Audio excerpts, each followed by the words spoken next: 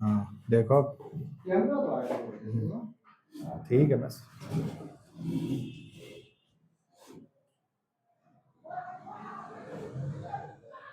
Hello दोस्तों, आप सभी का स्वागत है द एडी एग्जाम चैनल में। दोस्तों, जो पिछली क्लास हुई थी तो मैंने आर्टिकल 11 तक आपको बताया था, नागरिकता के आर्टिकल 11 तक। आज की क्लास में हम लोग देखेंगे नागरिकता अधिनियम 1955। इस अधिनियम के तहत नागरिकता के जो 5 तरीके हैं, वो तरीकों पर हम लोग आज की क्लास में बात करेंगे। तो चलिए आज की क्लास शुरू करते हैं। नागरिकता अधिनियम 1955। तो आपके सामने बच्चों एक हेडिंग पड़ी होगी। हेडिंग क्या है? नागरिकता अधिनियम 1955। और इसमें जो लिखा हुआ है, इस अधिनियम के तहत नागरिकता के 5 तरीके हैं। यानी इस अधिनियम के तहत हमें 5 तरीकों से नागरिकता मिल सकती है, नागरिकता अधिनियम के तहत। ठीक है। पहला जो तरीका, जन्म से। तो जन्म से मतलब क्या कह रहा, कहना यह चाह रहा 26 जनवरी 1950, 26 जनवरी 1950 से 26 जनवरी 1950 से 1 जुलाई 1987 तक, 1 जुलाई 1987 तक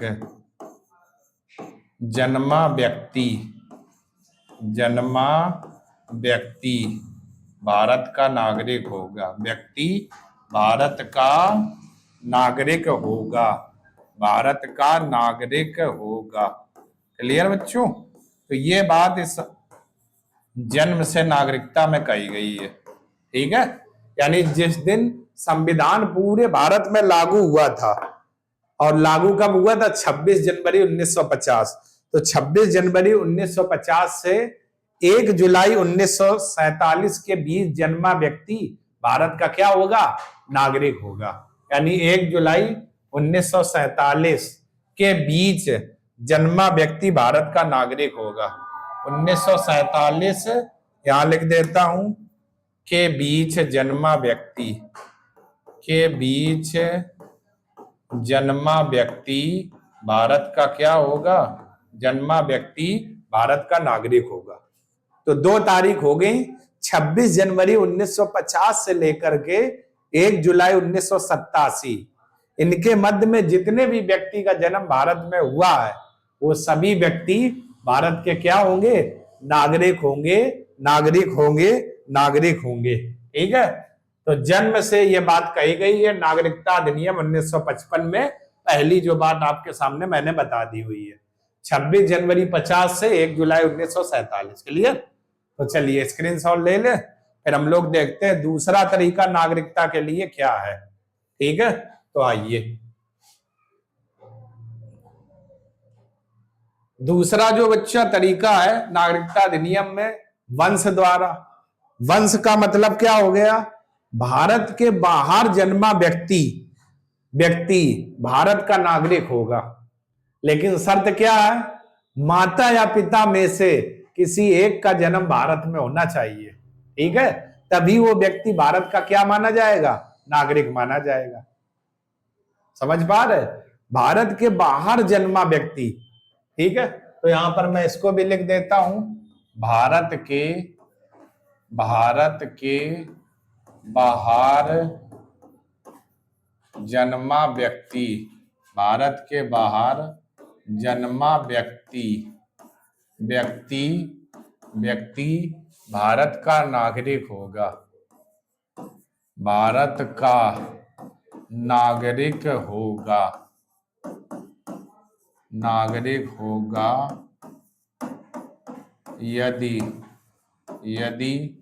यदि माता और पिता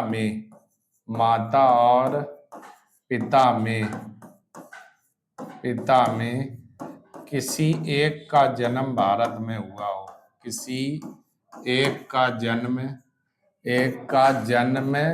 भारत में हुआ हो, जन्म भारत में हुआ हो, भारत में हुआ हो। क्लियर? ये आपका हो गया वंश द्वारा। ठीक है, वही लिखा हुआ है। मतलब क्या हुआ, बहुत सारे ऐसे व्यक्ति हैं जो अपना देश विदेश में रहते हैं, भारत के बाहर किसी का जन्म हो गया, वो रहे बाहर रहे देश विदेश में, क्या वो भारत के नागरिक होंगे? तो बिल्कुल होंगे। इसमें कहा गया वो भारत के नागरिक बिल्कुल होंगे, लेकिन शर्त क्या होगी, उसके माता या पिता में से किसी एक का जन्म भारत में होना चाहिए, तभी वो व्यक्ति भारत का क्या माना जाएगा, नागरिक माना जाएगा, नागरिक माना जाएगा। क्लियर? तो वही बात बच्चों लिखी हुई है कि भारत के बाहर जन्मा व्यक्ति भारत का नागरिक होगा यदि माता और पिता में से किसी एक का जन्म भारत में हुआ हो। यानी माता पिता में से कोई भी एक ऐसा व्यक्ति हो जिसका जन्म भारत में हो, चाहे मम्मी का हो या पिता का हो, तो उस व्यक्ति को क्या माना जाएगा, भारत का नागरिक माना जाएगा। क्लियर? चलिए स्क्रीनशॉट ले लो, फिर हम लोग देखते हैं तीसरा तरीका बच्चों क्या है। तीसरा जो तरीका है पंजीकरण द्वारा। पंजीकरण मतलब रजिस्ट्रेशन द्वारा। ठीक है, तो पंजीकरण का मतलब क्या हुआ, तो आइए देखते हैं। पंजीकरण का मतलब भारतीय मूल के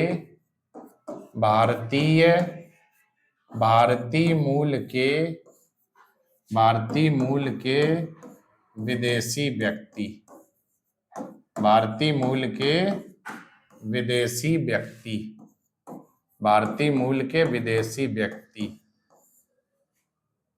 भारतीय मूल के विदेशी व्यक्ति। ठीक है, भारतीय मूल के विदेशी व्यक्ति। ठीक है, ये आपके हो गए। इनको नागरिकता कैसे मिलेगी, या इन्हीं भारतीय मूल के विदेशी व्यक्तियों को और क्या कहते हैं, POI, इन्हीं को बोला जाता है। मतलब person of India origin, person of India origin. ठीक है, person of India origin, ORIGEN। Clear? Person of India origin. Clear? ये है आपका। तो भारतीय मूल के विदेशी व्यक्ति का मतलब क्या हुआ, बहुत सारे ऐसे लोग हैं अपने यहाँ जो देश विदेश में रहे, वहीं पर बस गए, अपना घर बनवा लिया, वहीं पर शादी विवाह कर लिया। तो क्या ये ऐसे व्यक्ति भारत के नागरिक होंगे? तो बिल्कुल होंगे। कैसे? उनके 4 पीढ़ी, अगर उनकी 4 पीढ़ी मतलब दादा दादी, उनके ऊपर परदादा परदादी, तो 4 पीढ़ी तक का मामला देखा जाता है। तो दादा दादी और परदादा परदादी अगर कभी ना कभी भारत में जन्मे हैं, तो इस व्यक्ति को क्या मिल जाएगी, भारत की नागरिकता, या वो व्यक्ति भारत के क्या माने जाएंगे, नागरिक माने जाएंगे। तो वही लिखा हुआ भारतीय मूल के विदेशी व्यक्ति मतलब POI कहते हैं।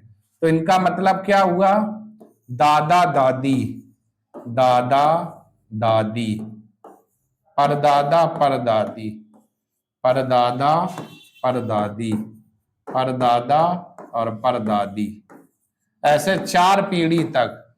ठीक है, अगर इनका जन्म भारत में हुआ हो, जन्म भारत में हुआ हो, भारत में हुआ हो, ठीक है, तो ऐसे 4 पीढ़ी तक का मामला देखा जाएगा।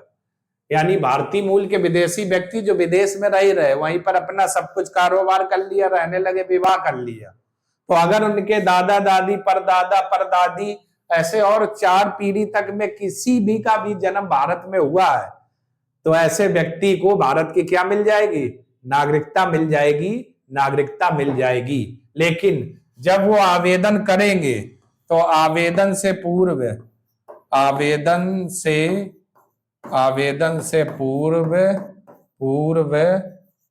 7 वर्ष तक भारत में रहा हो, 7 वर्ष तक भारत में रहा हो, भारत में रहा हो।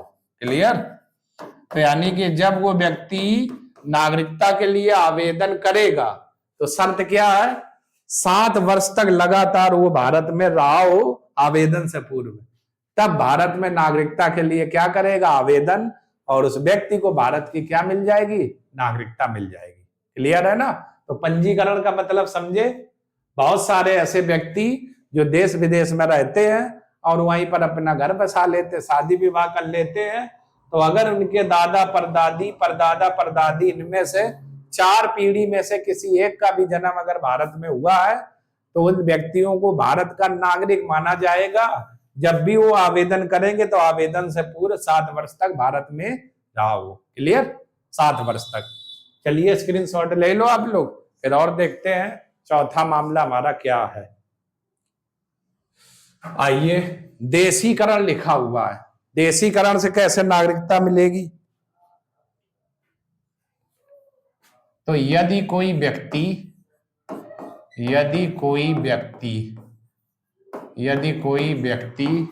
भारत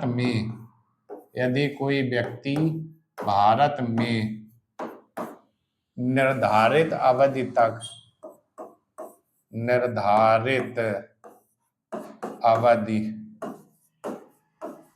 का मतलब बच्चों क्या होता है, समय काल।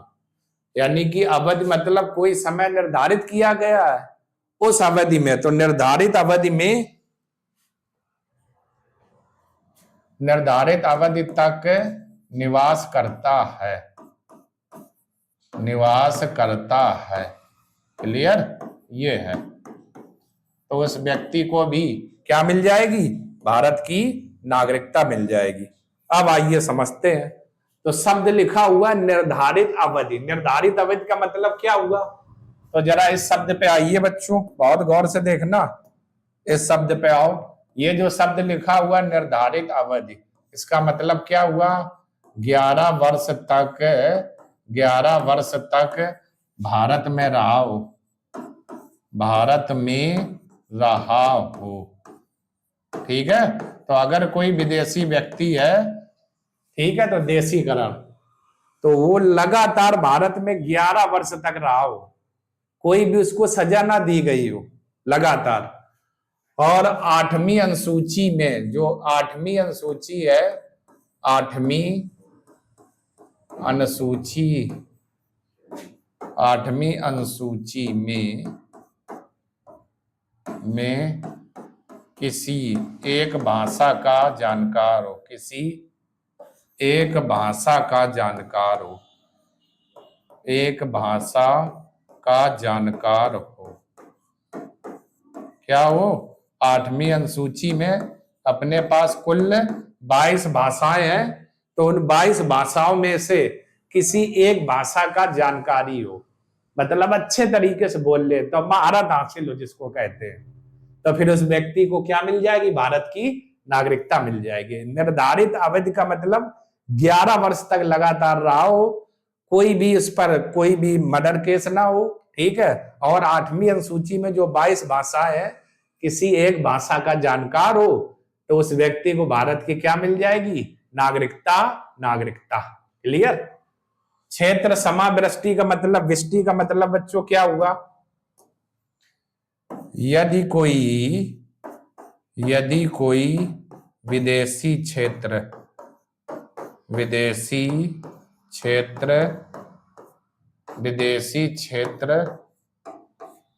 भारत में मिला लिया गया,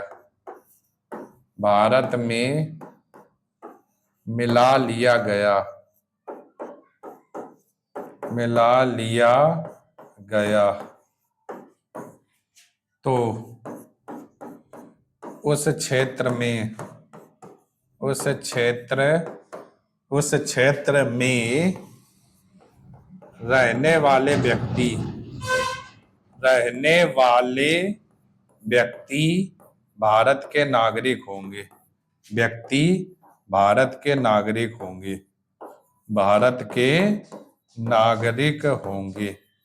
क्या होंगे, नागरिक होंगे। क्लियर। ये आपका हो गया किसके द्वारा, क्षेत्र समावृष्टि के द्वारा। मतलब क्या हुआ, यदि कोई विदेशी क्षेत्र है जैसे जीता और उस क्षेत्र को भारत में मिला लिया गया, तो उस क्षेत्र में जितने भी लोग रह रहे होंगे, ठीक है, तो वो क्या माने जाएंगे, भारत के नागरिक माने जाएंगे किसी भी क्षेत्र में। अगर भारत जीत लेता और उसको अपने में मिला लिया तो उस क्षेत्र में जो भी लोग रह रहे होंगे तो वो भारत के क्या माने जाएंगे, नागरिक माने जाएंगे। वही लिखा हुआ क्षेत्र समाविष्टि। क्लियर। तो ये 5 तरीके हैं नागरिकता अधिनियम के तहत आपकी नागरिकता लेने के लिए। ठीक है, तो चलिए इसको भी आप लोग स्क्रीनशॉट ले लो, फिर हम लोग और भी बातें देखते हैं। आइए अब हम लोग आते हैं, क्या नागरिकता जरूरी है या नहीं। तो बिल्कुल नागरिकता जरूरी है। शब्द सुनना जरा बच्चों गौर से। यदि अपने पास नागरिकता नहीं होगी देश की तो हम लोगों को क्या क्या हानियां हैं। ठीक है, तो जरा देखना, अगर नागरिकता नहीं होगी तो शब्द जरा देखना, अगर हम लोगों के पास भारत की नागरिकता मान लेते नहीं होती तो क्या होता, वोट डालने का अधिकार ना होता, वोट का अधिकार नहीं होता, वोट का अधिकार नहीं होता। ठीक है, तो अगर हम लोग नागरिक भारत के ना होते तो हमें वोट डालने का अधिकार नहीं मिलता। क्लियर। तो एक तो ये हो गया, ये कब की बात है, जब नागरिकता नहीं है भारत की तो हमें वोट का अधिकार नहीं होगा। दूसरा, दूसरा क्या है, सरकारी नौकरी, सरकारी नौकरी नहीं मिलेगी। ठीक है, तो सरकारी नौकरी का हम लोगों को अधिकार नहीं होगा। ठीक है, तीसरा क्या है, राष्ट्रपति, राष्ट्रपति, उपराष्ट्रपति, उपराष्ट्रपति, राज्यपाल, राज्यपाल आदि आदि पद धारण नहीं कर सकते हैं, आदि पद धारण नहीं कर सकते हैं। क्लियर, ये आपका है। ये अगर हमारे पास नागरिकता नहीं होगी तो वोट डालने का अधिकार नहीं होगा, सरकारी नौकरी नहीं ले सकते हैं, कुछ जो संवैधानिक पद है जैसे राष्ट्रपति, उपराष्ट्रपति, प्रधानमंत्री, राज्यपाल और मुख्य न्यायाधीश, ये पद भी एक भी नहीं मिलने वाले हैं दोस्तों। और चौथा, भूमि खरीदारी पर रोक, खरीदारी पर रोक। पांचवा, पासपोर्ट, पासपोर्ट नहीं होगा, पासपोर्ट नहीं बनेगा, नहीं बनेगा। और सरकार के द्वारा कोई योजना आएगी तो योजनाओं का लाभ नहीं मिलेगा, योजनाओं का लाभ नहीं मिलेगा, लाभ नहीं होगा। ठीक है, तो अगर आपसे पूछे क्या नागरिकता जरूरी है तो आपका आंसर होगा हाँ। अगर नागरिक आप भारत के नहीं हो तो किन किन चीजों का हमें लॉस करना होगा, वो लिखा हुआ है। आपको वोट डालने का अधिकार नहीं होगा अगर आप भारत के नागरिक नहीं हो, सरकारी जॉब नहीं मिलेगी आपको, राष्ट्रपति, उपराष्ट्रपति, राज्यपाल आदि पर पद धारण नहीं कर सकते आप लोग, भूमि पर भूमि खरीदारी नहीं कर सकते हो, पासपोर्ट नहीं बनेगा, और सरकार जितनी भी योजनाएं चलाएंगी उसका आप लोगों को लाभ नहीं मिलेगा। इसलिए भारत का नागरिक होना क्या है, बहुत जरूरी है। समझ पाए? चलिए स्क्रीनशॉट ले लो, फिर और कुछ बातें और देख लेते हैं। अब आते हैं नागरिकता का अंत। तो कौन कौन से वो तरीके हैं जिसके द्वारा सरकार नागरिकता का अंत कर सकती है। तो कौन कौन से तरीके हैं, तो आइए देखते हैं। पहला जो आपका तरीका है, तो नागरिकता के अंत के लिए पहला आपका क्या तरीका, आइए पहला जो कहा गया है, संविधान के प्रति अनिष्ठा दिखाने पर, संविधान के प्रति अनिष्ठा दिखाने पर, प्रति अनिष्ठा दिखाने पर अनिष्टा दिखाने पर, ठीक है, तो संविधान के प्रति अनिष्टा दिखाने पर,